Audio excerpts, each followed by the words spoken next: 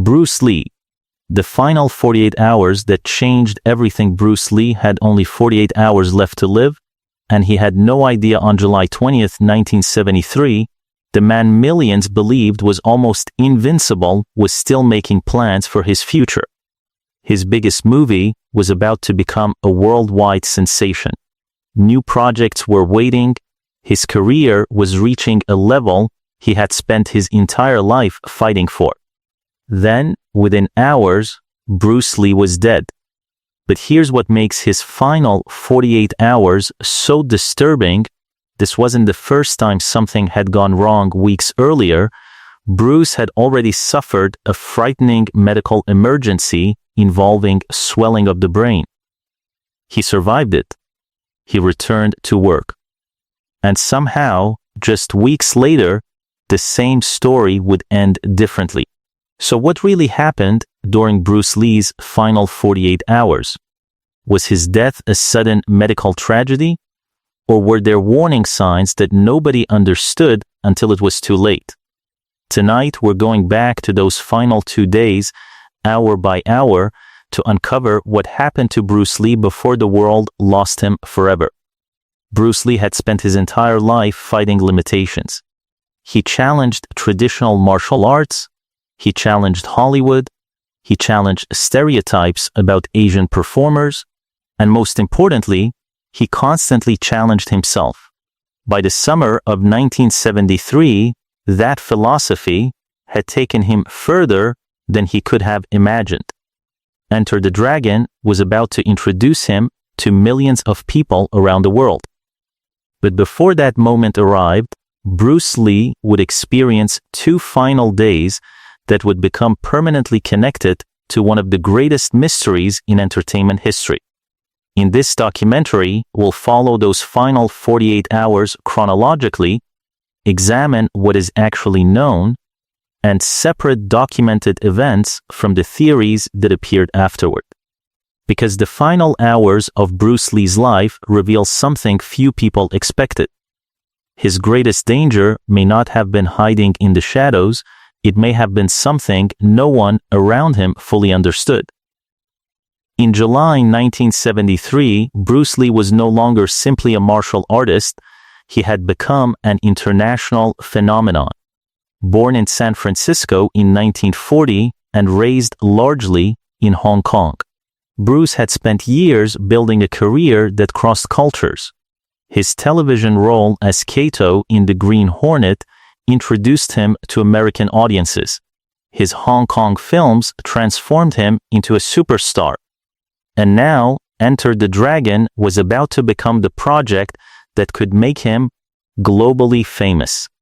But success had created another problem. Bruce Lee was constantly working. Acting, training, writing, teaching, developing new film ideas. His mind rarely seemed to stop. And his next major project was already waiting. Bruce was deeply involved in developing Game of Death. Unlike a simple acting job, this was a project connected to his own creative vision. He wanted to control the story, the action, and the philosophy behind the film. That ambition tells us something important about his state of mind during these final days. Bruce wasn't behaving like someone who believed his career was ending. Quite the opposite. He was planning ahead. There were more movies he wanted to make, more ideas he wanted to explore, more limits he wanted to break. And that makes what happened next even harder to understand. Because the final 48 hours did not begin with a man preparing to say goodbye. They began with a man planning his future. The day before Bruce Lee's death was filled with work. There was no dramatic warning that history was about to change. Bruce continued dealing with the business of filmmaking, and his plans for Game of Death people around him were focused on schedules, scripts, production, and the rapidly approaching release of Enter the Dragon. From the outside, it looked like another busy period in the life of an extremely ambitious man. But there was something unusual about Bruce's situation. He was operating at an extraordinary pace. For years, he had demanded a great deal from his body. His training was intense. His standards were high. And he rarely accepted the idea that he had done enough. That mindset had helped create the Bruce Lee the world admired. But the same drive also meant that rest was not always his priority. To understand the final 48 hours, we have to go back several weeks.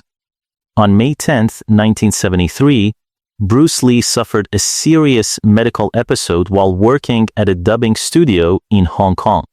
He experienced a severe headache and collapsed. Doctors discovered cerebral edema, swelling of the brain. It was a frightening event. But Bruce recovered and returned to work.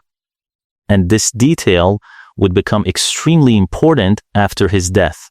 Because when Bruce died in July, doctors again found cerebral edema. Suddenly, the May incident looked different. Was it an isolated event? Was it connected to what happened in July? Or was there another factor that medicine at the time did not fully understand? Those questions would remain at the center of later discussions about his death. On July 20, Bruce Lee woke up and continued with his normal life.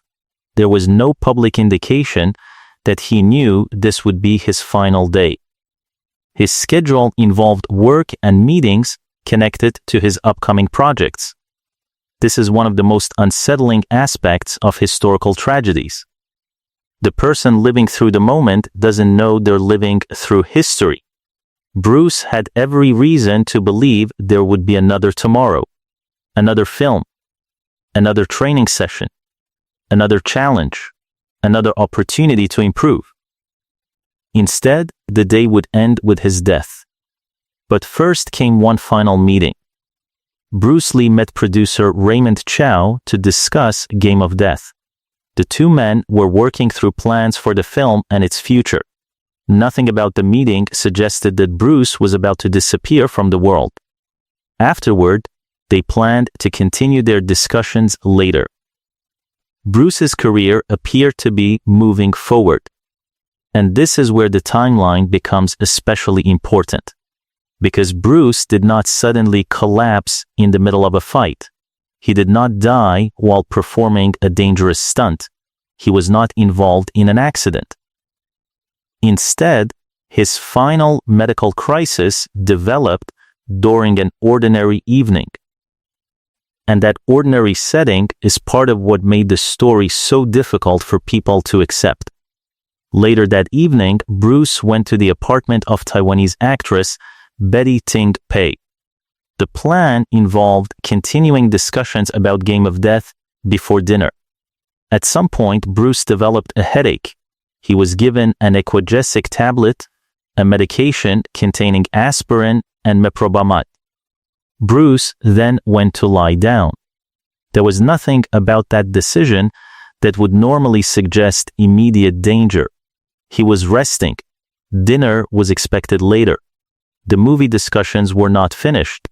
His future still seemed completely intact. But Bruce Lee would never leave that bedroom alive. When Bruce didn't return, concern grew. He was difficult to wake. Eventually, emergency medical assistance was sought. Doctors attempted to save him, but the effort was unsuccessful. Bruce Lee was pronounced dead on July 20, 1973. He was 32 years old. The news spread rapidly. Fans struggled to understand it. How could Bruce Lee be dead? How could someone who had appeared so physically powerful disappear in a single evening? The shock was intensified by timing. Enter the Dragon was about to be released. Bruce was closer than ever to becoming a truly global star. Instead, the world was preparing to see his final performance without realizing it. The autopsy provided one crucial answer. Bruce Lee had suffered cerebral edema. His brain had swollen significantly. The official determination connected his death to the reaction involving Equagesic, But this did not end the questions. It created new ones. Why had Bruce experienced brain swelling 2 months earlier? Why did it happen again? And could something about his physical condition have made him unusually vulnerable? The official explanation became part of the historical record, but uncertainty remained around the exact chain of events that caused the fatal swelling. And whenever uncertainty meets the death of a global icon, speculation quickly follows. After Bruce Lee's death, theories spread rapidly. Some people claimed he had been poisoned, others blamed criminal organizations. Some stories became increasingly bizarre. But there is an important distinction between a mystery and evidence of a conspiracy. A mysterious death does not automatically mean someone caused it intentionally.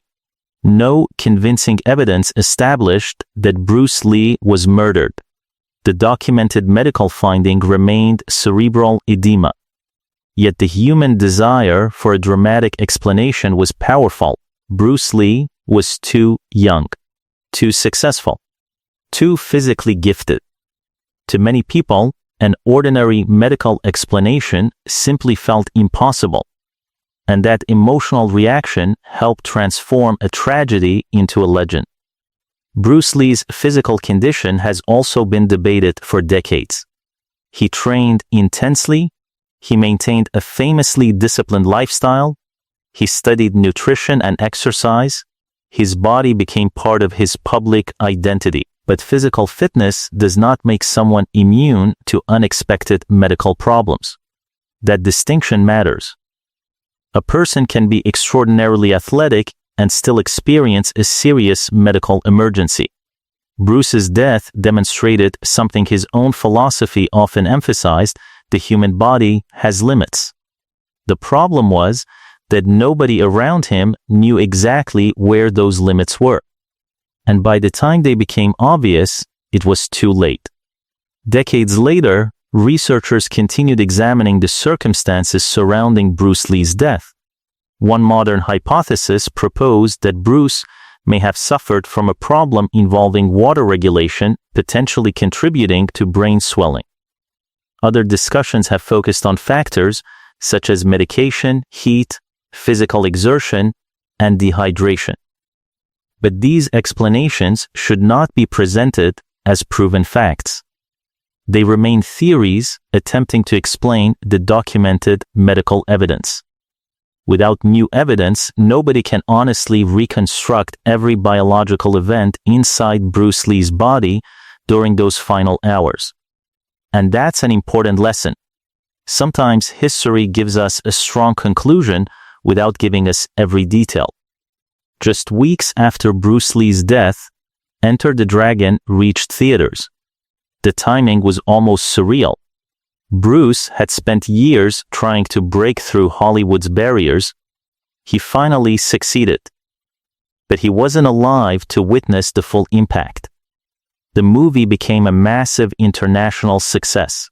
Bruce Lee became an even larger icon after his death than he had been during his lifetime.